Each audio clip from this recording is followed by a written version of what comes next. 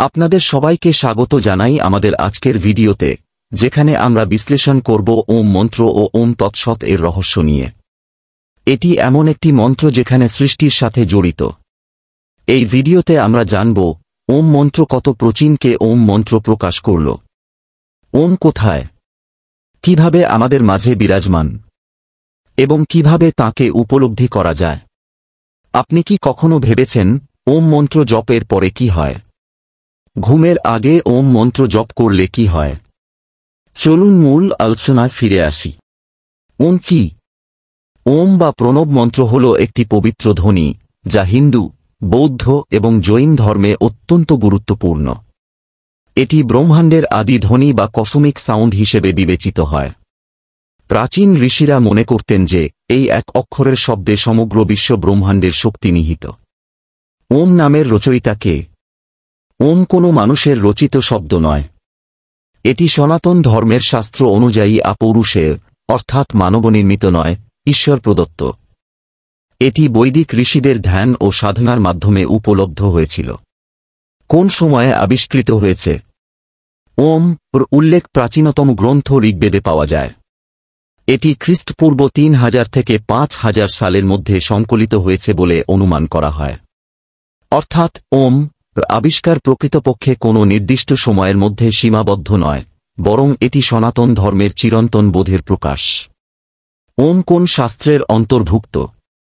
ওম এর উল্লেখ বিভিন্ন বৈদিক ও উপনিষদীয় গ্রন্থে পাওয়া যায়।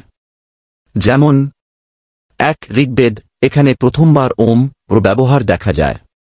2 যজুর্বেদ, বিভিন্ন যজ্ঞ ও মন্ত্রে ওম ব্যবহৃত হয়েছে। 3 সামবেদ, সঙ্গীত ও স্তোত্র রূপে ওম উচ্চারিত হয়। 4 অথর্ববেদ, ধ্যান ও চিকিৎসা সংক্রান্ত মন্ত্রে ওম ব্যবহৃত হয়েছে। 5 উপনিষদ, মান্ডুক্য উপনিষদে ওম এর গভীর তাত্ত্বিক ব্যাখ্যা রয়েছে। 6 ভগবদ্গীতা, শ্রীকৃষ্ণ বলেছেন ওম তৎ সৎ, এই 3টি শব্দ ব্রহ্মের প্রতীক। ওম এর গুরুত্ব ও উদাহরণ। 4 সৃষ্টিতত্ত্ব, বেদ ও পুরাণ মতে ওম এর ধ্বনি থেকেই ব্রহ্মাণ্ডের সৃষ্টি হয়েছে। 5 ধ্যান ও যোগ, ধ্যানের সময় ওম উচ্চারণ করলে মন স্থির হয় ও চেতনা উন্নত হয়। 6 মন্ত্র জপ, অনেক মন্ত্র ওম দিয়ে শুরু হয়, যেমন ওম নমঃ শিবায়, শিব মন্ত্র। ওম নমো নারায়ণায়, বিষ্ণু মন্ত্র। ওম শ্রী গণেশায় নমঃ, গণেশ মন্ত্র। ওম তৎসৎ শব্দের অর্থ কি? ওম তৎসৎ শব্দের অর্থ ও ব্যাখ্যা। ও তৎসৎ হল ভগবদ্গীতা 1:7-2-3 তে উল্লিখিত এক গুরুত্বপূর্ণ বৈদিক মন্ত্র। এটি সনাতন ধর্মের 3টি মৌলিক ও পবিত্র শব্দ যা সৃষ্টির মৌলিক সত্যকে প্রকাশ করে। ব্যাখ্যা। 1 ওম পরম ব্রহ্মের প্রতীক। সৃষ্টির মূল ধ্বনি ও মহাজাগতিক শব্দ। সব মন্ত্রের উৎস ও ত্রিদেব, ব্রহ্মা, বিষ্ণু, মহেশ্বর এর প্রকাশ। 2 তৎ অর্থ সেই বা পরমাত্মা। এখানে তৎ বলতে ব্রহ্ম, পরমেশ্বর বা পরম সত্য বোঝানো হয়েছে।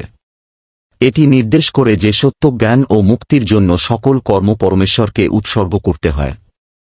3 সৎ অর্থ সত্য বা চিরস্থায়ী। সৎ বলতে বোঝায় সত্য ধর্ম, নৈতিকতা ও পরমাত্মার শাশ্বত অস্তিত্ব।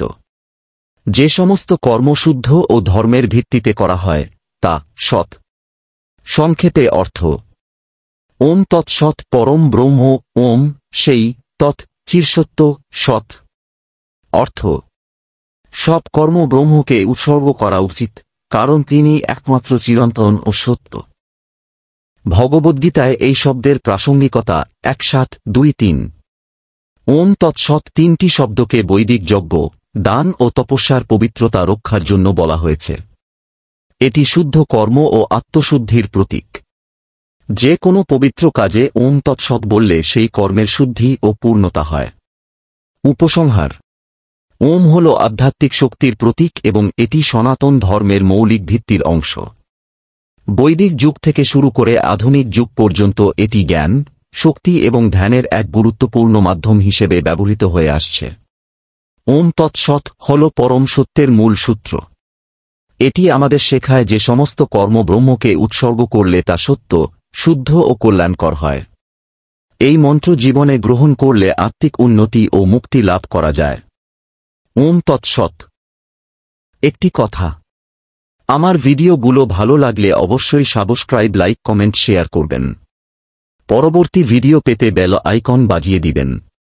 সবাইকে ধন্যবাদ, নমস্কার।